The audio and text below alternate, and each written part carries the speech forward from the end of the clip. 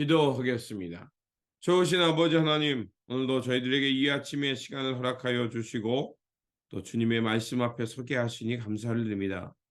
우리가 늘 주님 앞에 말씀의 그 거울 앞에 서게 하여 주셔서 우리가 무엇을 붙잡고 살아가고 있는지, 내 안에 진리의 영을 붙잡고 살고 있는지 잘 점검하며 살아가는 저희들 되게 하여 주옵소서.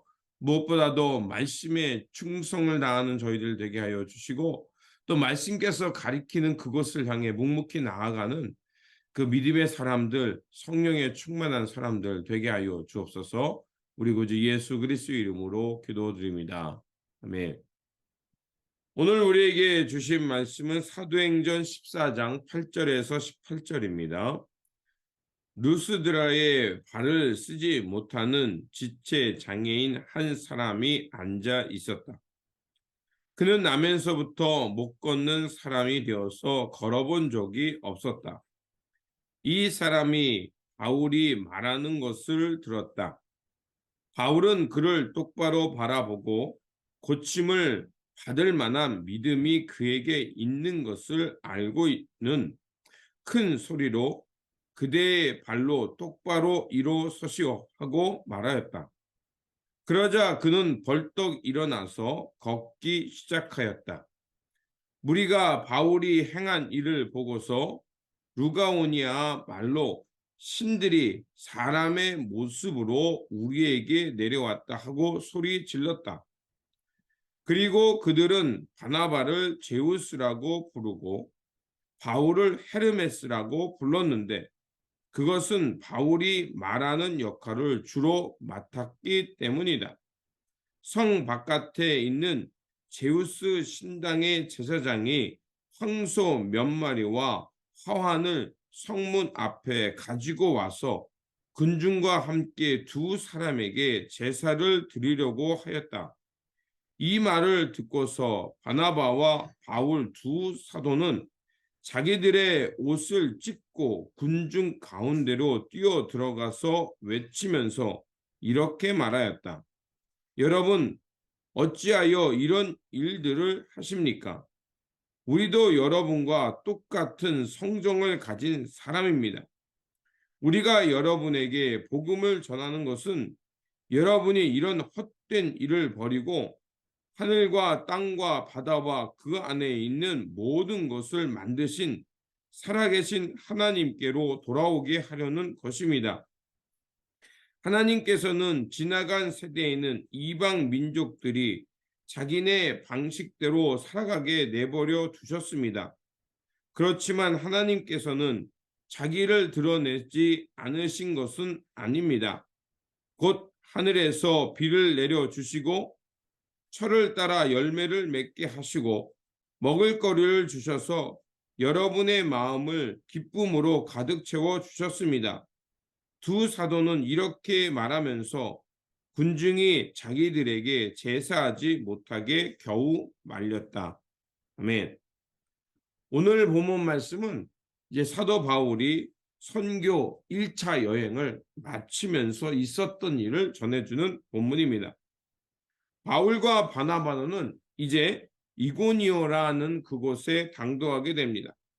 그리고 그들은 선교의 그 전 과정처럼 회당에 가서 유대인들을 만나면서 그들에게 예수 그리스도의 복음을 전합니다.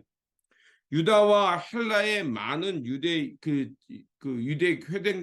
있던 사람들이 복음을 통해서 이제 예수 그리스도를 발견하게 되고 예수님을 주로 고백하는 사건이 일어납니다. 그런데 어제 살펴본 대로 그렇게 회개하고 돌아오는 사람도 있지만 그 일에 대해서 극렬히 반대하는 사람들도 있었습니다.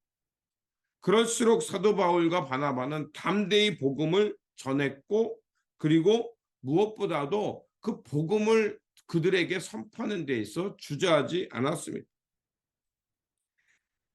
그래서 이제 그 바울과 바나바는 그 복음을 열심히 전하는데 반대가 극렬해지자 이제 그들에게 살해 위협까지 받게 됩니다. 그래서 그런 그 위협을 피해서 루스드라와 더베로 가게 됩니다.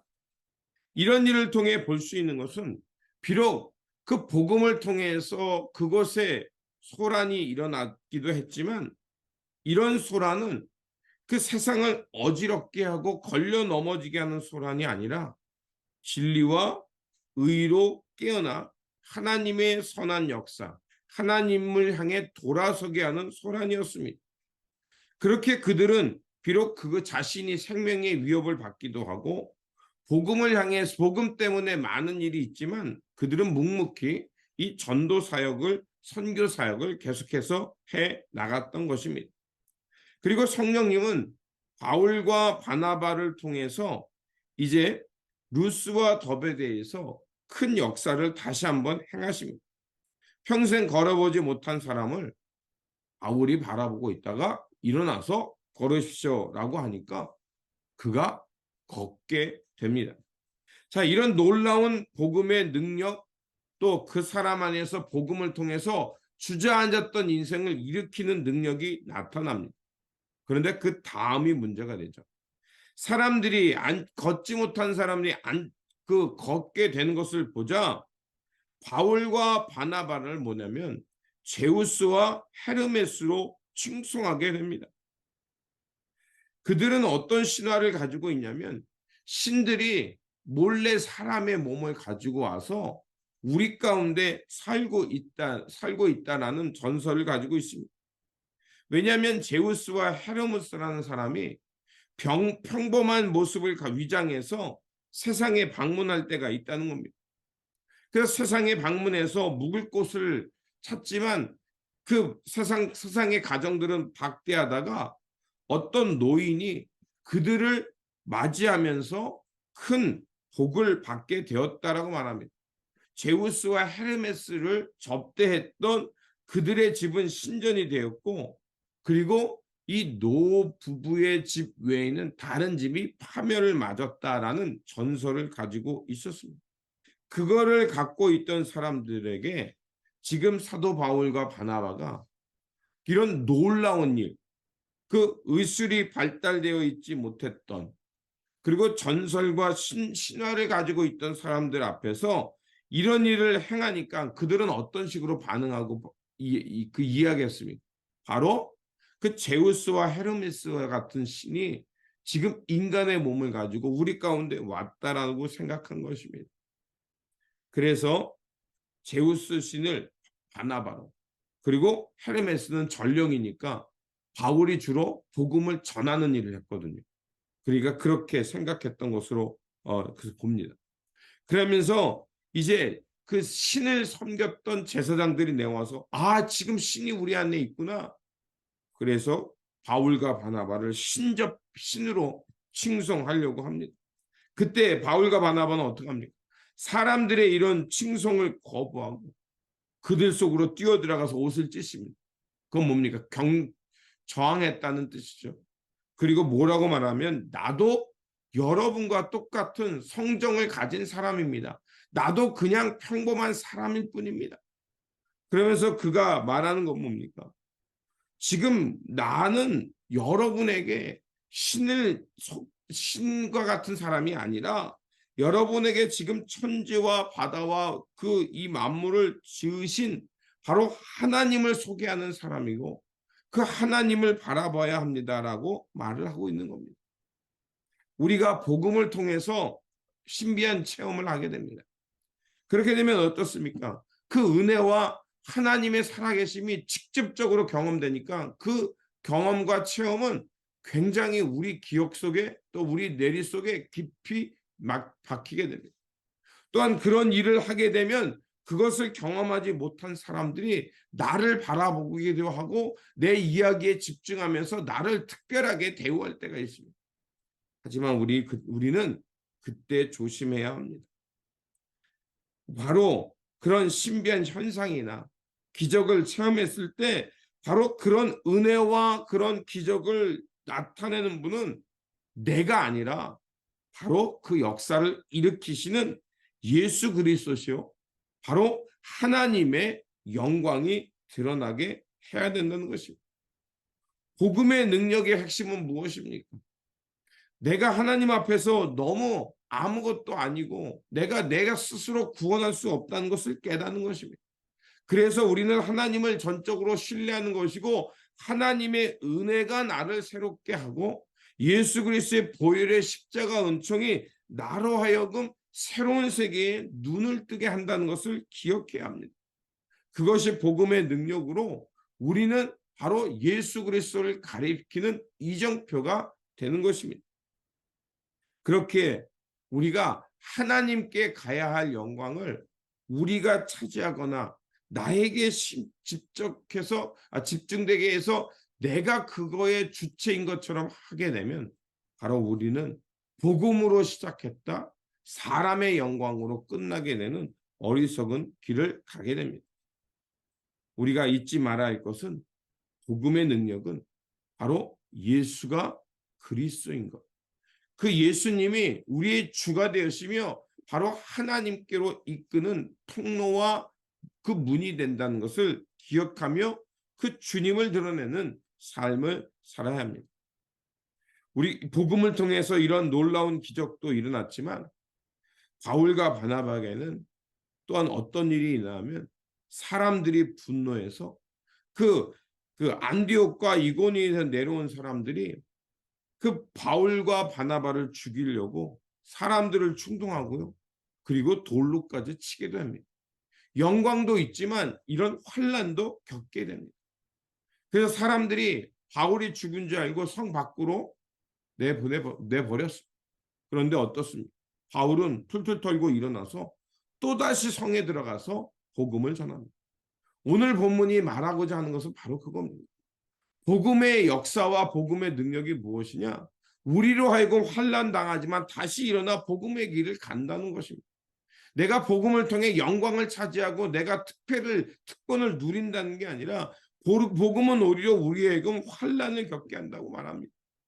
그런데 환난을 겪는다는 거 누가 좋아하겠습니까? 그런데 그럼에도 불구하고 바울은 복음을 묵묵히 전할 뿐만 아니라 그 예수님을 믿게 된 사람들을 향해서 더욱더 믿음을 잃지 말라고 격려하는 것을 볼 수가 있습니다. 그 이야기는 무엇일까요? 우리가 하나님의 길을 갈 때 그 어려움이 마땅히 있다는 것을 알아야 한다는 것입니다. 하지만 그 환난을 통해서 뭡니까? 기존의 잘못된 질서가 파괴되고 하나님의 뜻과 하나님의 의가 서는 주님의 구원의 길이 선다는 것입니다. 그래서 빌립보서 1장 29절에 사도 바울은 이렇게 말합니다. 여러분이 그리스도를 믿을 뿐만 아니라 그를 위하여 고난도 받는 것을 그리스도를 위해 여러분에게 주어진 특권입니다라고 말합니다. 그리고 디모데후서 3장 12절에는 그리스도 예수 안에 경건하게 살려고 하는 사람들은 모든 박해를 받을 것입니다라고 얘기를 합니다. 자, 환난과 박해를 받는 것, 그것은 무엇을 말할까요? 우리가 새로운 세계를 향해 나아갈 때 그에 사는 삶 어려움이 있다는 겁니다. 그러나 그 어려움 속에서 우리가 묵묵히 가는 길은 왜 그렇습니까? 진정한 생명과 진리의 길이기 때문에 그리고 우리 모두를 하나님께로 이끄는 그래서 하늘의 생명을 누리며 평등과 평화, 의의 세상을 향해 살아갈 수 있기 때문에 그러는 것입니다. 그래서 환난이라는 단어 속에는요. 어떤 뜻이 있냐면 그 알곡과 겨가 한꺼번에 있을 때 그걸 막 까불거든요. 까불게 되면 어떻게 됩니까? 쭉정이는 겨와 쭉정이 같은 건 날아가고요. 알곡은 그 채에 들어서게 됩니다. 바로 환난이라는 것은 이렇게 턴다, 탈곡을 한다라는 의미에서 유래되었다고 합니다. 그렇습니다. 우리가 복음을 향해 나아갈 때 잊지 말아야 할 것이 무엇인지 우리의 본문이 말해줍니다. 하나님께 가야 될 영광을 가로채지 말라는 것이고 그리고 또 믿음의 길을 가면서 그 복음을 전할 때 어려움이 있다는 것입니다. 그러나 이 오늘 본문이 말하는 것은 그럼에도 불구하고 그 환난 속에서 결국 하나님의 그 능력을 향해 묵묵히 걸어가는 알곡이 되어갈 때 우리에게 하나님 우리의 삶을 통해서 하나님 나라가 확장되고 복음이 전파된다는 것입니다. 그러므로 우리를 하나님 나라의 이 복음의 사역자로 불러주신 것을 깨닫고 어려움과 환난이 있겠지만 그 과정을 잘 통과하면서 굳건한 믿음의 사람이 되어서 이 하나님 나라의 확장 그리고 복음 상해명을 완수하는 데까지 묵묵히 살아가는 저와 여러분이 되어야 할 것입니다. 기도하겠습니다. 구원의 하나님, 복음을 통해 하나님과 단절되었던 우리가 하나님의 자녀가 되게 하셨고 하나님 나라를 상속받아 살게 하셨습니다.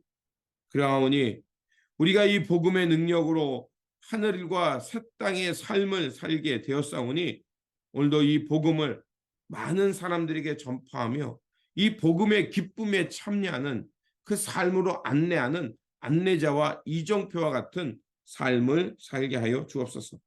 때로는 우리가 이 복음을 전파하는 일에 있어서 어려움을 만날 때도 있습니다. 하지만 이 환난은 주님 안에서 우리가 단단해지고 알곡이 되는 과정임을 깨닫게 하여 주시고 또 이 환난을 통해서 그 세상의 어둠의 역사는 부서지고 하나님의 의의 역사가 바로 선다는 것을 깨닫고 맡겨진 사명 잘 감당하면서 그 하나님의 그 복음의 역사가 우리를 통해 확장되는 그 기적도 보게 하여 주옵소서.